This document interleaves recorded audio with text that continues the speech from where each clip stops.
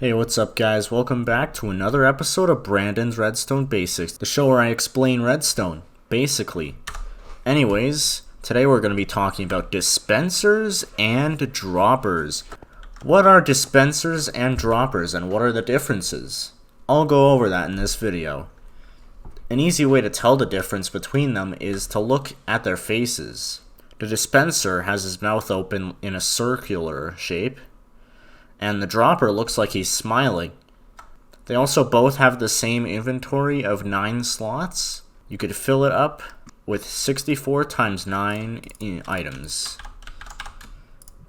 But pretty much the main difference between dispensers and droppers is that dispensers dispense things and droppers drop things. Why the dispenser is good: it dispenses, shoots items through containers, and it's the OG. Why droppers are good: they drop, they shoot items into containers, and it's cheaper than dispensers. So, what is dropping and dispensing? Dropping is the act of releasing items. Can be done with Q. Like that.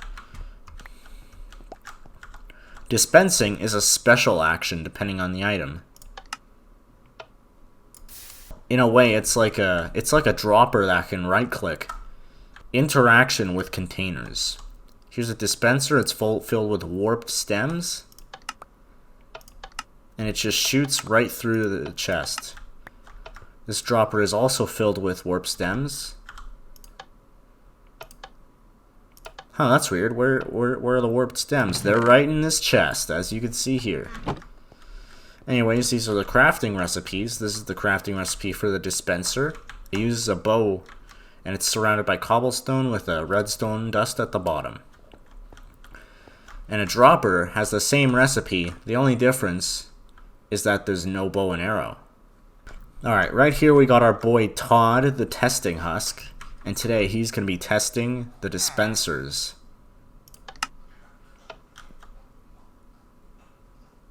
Wait, hold up. That isn't right. Alright, Todd, just... No. No. Okay, he just pushed himself in. Anyway, I don't think they could be in a minecart, but... What? What is happening? I'm just gonna assume that that is a bug with 1.16. Because this is a pre-release right now. Pre-release 5 I'm on, as you can see up there.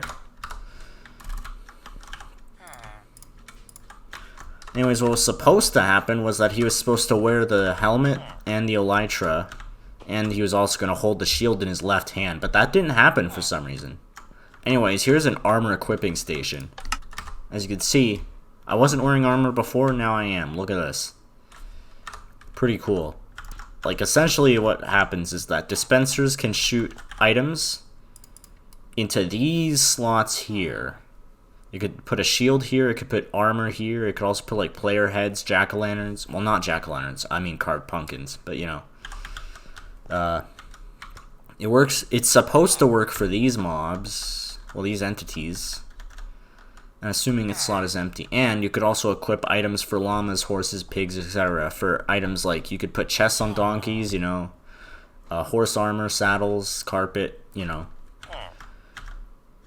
Anyways, you could shoot arrows as shown before. It also works with tipped and spectral arrows. You could shoot boats and minecarts out. As seen here, it works with all of these minecarts. Works with all boats, well, all types of boats, obviously. But it only works on top of water. You can't dispense it on a block, which is actually a bug. Same with minecarts, I believe. Anyways, here's TNT. It gets shot out already primed.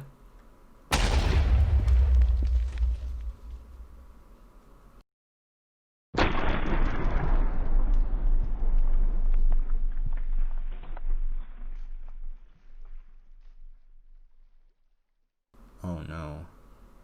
Anyway, here are some buckets. You know, you could shoot out water. You could also take water back in if it's an empty bucket, as seen here. And there's lava. It just shoots out lava. And you can also shoot out Jeffrey. I think you could also pick up fish. Oh, I'm not sure. Alright, well, Jeffrey, you could just chill here. Anyways, here's a fire charge. So I saw this, Jeremy house, do not grief. But it's pretty bad, I think. Oh, I think I might be doing the world a favor. Oh, okay. Yeah, I might be doing the world a favor by griefing this. Also, he's a bed chunker. So let's just, what?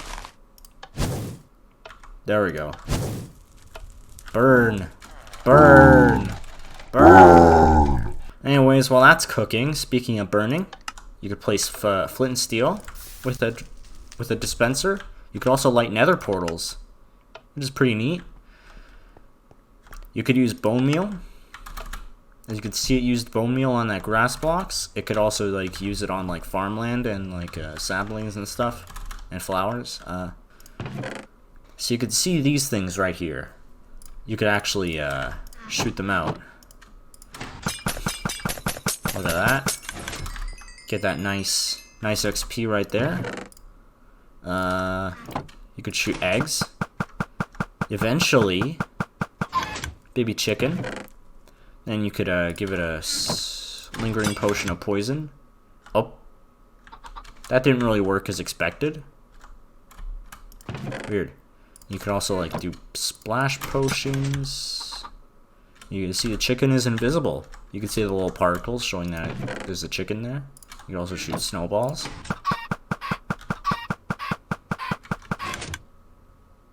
Alright, I think the chicken is still alive. Yeah, there he is. You can see the particles. You can also spawn golems or withers with a carved pumpkin. Oh. I think he was suffocating on that block there, but there he is. Not for long, not for long though. Yikes, dude. Anyways, you could place shulker boxes. Shulker box full with boats and hoes, of course. You could use spawn eggs. Look at this. Works with all spawn eggs, which is pretty cool. You could also shoot fireworks in both directions. Well, in all directions. All 6 directions. Not both directions. You could also use shears to interact with mobs. As seen here. You could also use it to harvest honeycomb as well, if you're into that.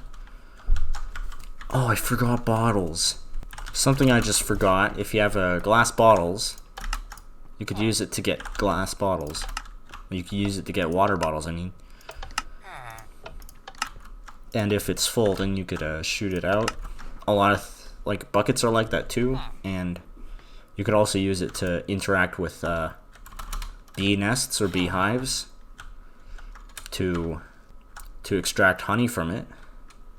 Ah, looking very hot there, Jeremy's house.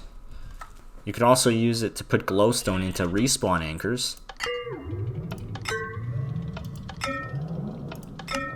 Nice and filled up there. And anything that is not mentioned previously will just get dropped normally. Anyways, on to auto droppers. What is an auto dropper? An auto dropper is a circuit that connects to a dropper, and when you put items in it, it drops automatically. You could also use a dispenser as well. Alright, so this right here is the easiest auto dropper. You just unpower this. Yes, I know it's noisy. That's one of the compromises of this design. But it's so simple. And it works. It's a little... The dropper is a little faster than the hopper, so keep that in mind.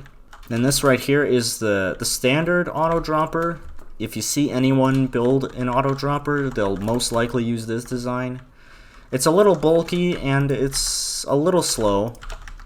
It's at the same speed as the hopper, so it's actually slower than that one. But it stops right on time, and it's not that expensive. You only need one comparator, a bit of redstone dust, some blocks, you know, and also one repeater, and that's it, pretty much. This one's a bit more expensive. This is the compact auto dropper, which was designed by Pixel Riffs. It is faster, but more noisy and expensive, but it is tileable. which means that these won't interact with each other, and they can work independently. So like let's put some more planks in here.